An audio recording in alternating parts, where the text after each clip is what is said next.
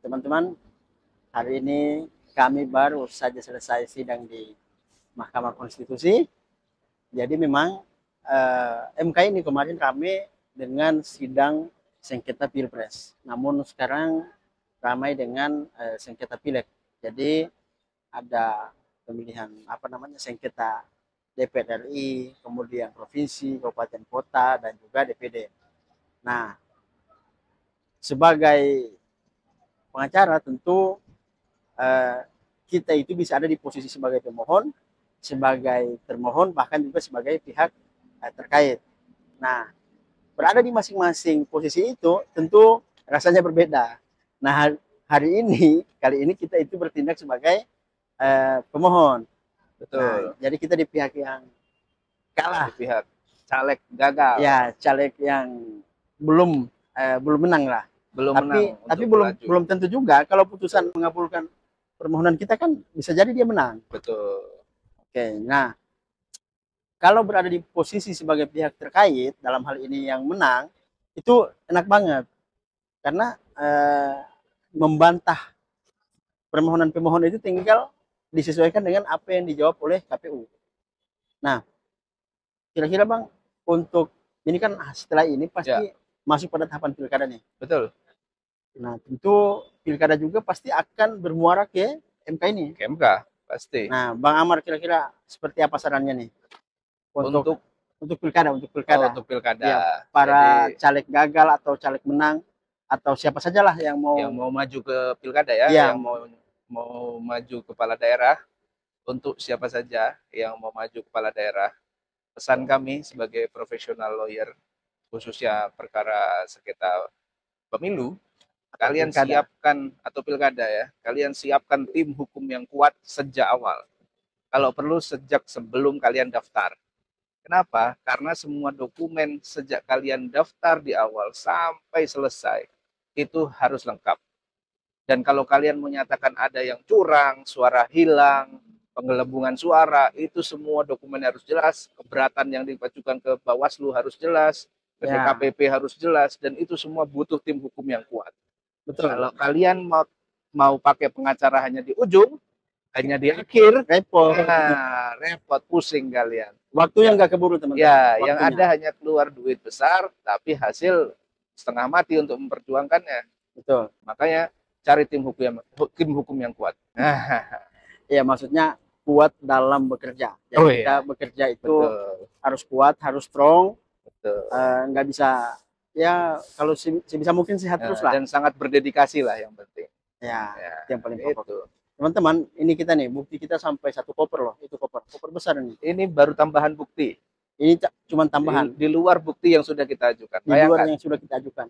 itu pun diajukan oleh klien kami yang kami bisa bilang tim hukumnya tidak kuat sejak awal.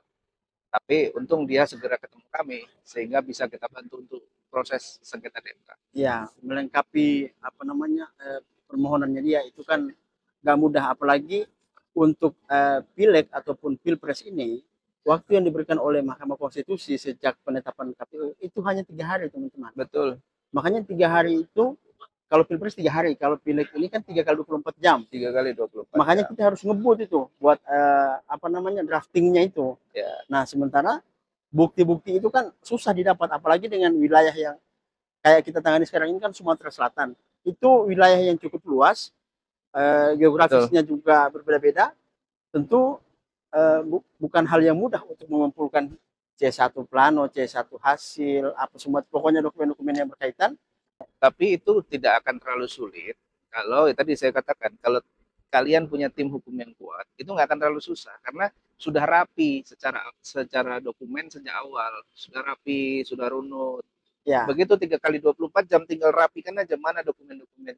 Itu pentingnya. betul. Jadi memang ilmu arsiparis harus diterapkan dalam proses pemilihan. Ya, Karena memang segala arsip itu bisa kita jadikan bukti nanti. betul.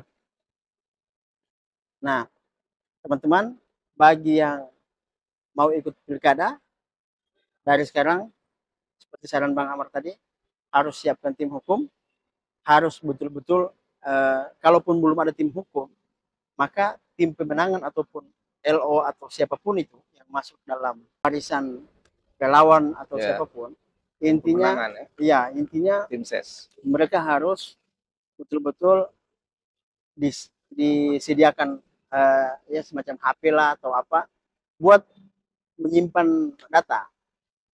Nah, Ya, yang paling pokok yang kami mau sampaikan atau saya mau sampaikan bahwa saksi harus betul-betul orang yang kompeten, harus yang paham penggunaan gadget ataupun teknologi, karena pada saat pemilihan nanti saksi itulah yang menjadi barisan pertama kita mengetahui ada kecurangan atau tidak dalam proses perhitungan suara. Karena percuma misalnya kita udah mendapatkan suara katakanlah 100.000 suara tapi saksi kita lemah, otomatis suara itu akan hilang semua.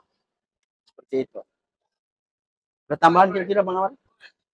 Jadi untuk kalian yang mau bertarung di pilkada, jangan hanya berpikir bertarung di hari pemilu, tapi berpikirlah sampai bertarung di MK. Karena orang yang paling berhati-hati dan mengantisipasi dan bersiap untuk perang, itu kemungkinan adalah orang yang menang. Betul, Gitu. betul, mantap. Siap. Oke teman-teman, jadi hari ini kita sudah selesaikan agenda pembacaan permohonan pemohon, dan sidang berikutnya kita akan hadir kembali di Mahkamah Konstitusi pada tanggal berapa ya? Ditundanya 13 Mei. sampai tanggal 13 Mei teman-teman. Tapi bukan berarti besok nggak ada sidang di sini. Di sini banyak karena yang mengajukan permohonan bukan hanya kita. Di Indonesia Seluruh itu Indonesia. ada sekitar berapa ya? 200-an kalau misalnya. Ya, lebih. Pokoknya banyak banget teman-teman.